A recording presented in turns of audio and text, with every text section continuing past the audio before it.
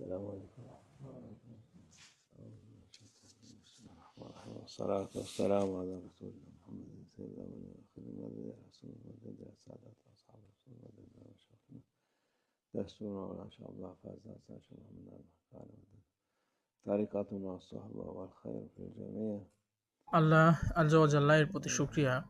এই বছরটি ভালো কেটেছে। এটি কিভাবে ভালো হলো? অনেকেই বলে এই বছরটি ভালো কাটেনি, কিন্তু আল্লাহ আজ্জা ওয়া জাল্লা যা কিছু দেন সবই ভালো। আল্লাহ আজ্জা ওয়া জাল্লা যা চান তেমনটি ঘটে এবং সব কিছুকে যেমন আছে তেমনভাবেই গ্রহণ করে নিতে হবে এবং ইতিবাচকভাবে ব্যাখ্যা করতে হবে। আপনাকে কেবল ভালো দিকটি দেখতে হবে। আপনি যদি খারাপ দিক দেখেন এতে কোনো লাভ হবে না। আল্লাহ আজ্জা ওয়া জাল্লা যা কিছু করেন তা সুন্দরভাবেই করেন। সুতরাং অভিযোগ করা ঠিক নয়। অভিযোগ করার পরিবর্তে যে কোনো পরিস্থিতির সাথে মানিয়ে নেয়া এবং সব কিছুকে যেমন আছে তেমনভাবে গ্রহণ করা উচিত। এতে একজন ব্যক্তির, বিশেষ করে একজন মুসলিম ও মুমিনের জন্য অনেক বড় ফায়দা রয়েছে।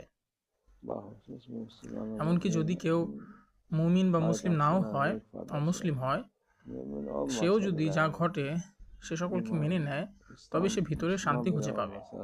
অন্যথায় সে তার সমস্ত সময় নিজের নফসের সাথে এবং অন্যদের সাথে সে লড়াই করবে এবং সকল কিছুর সে বিপরীত মুখে হয়ে উঠবে।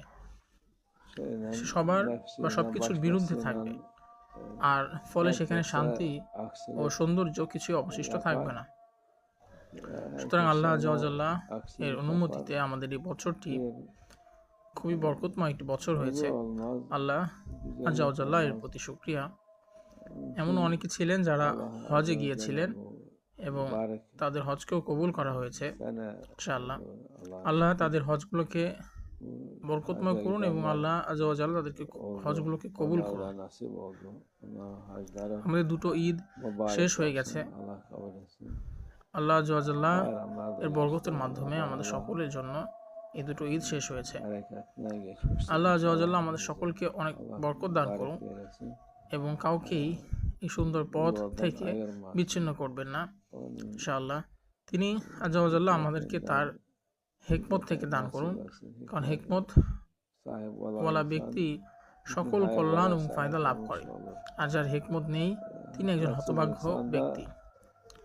তারা ভালোর পরিবর্তে সর্বত মন্দ কামনা করে।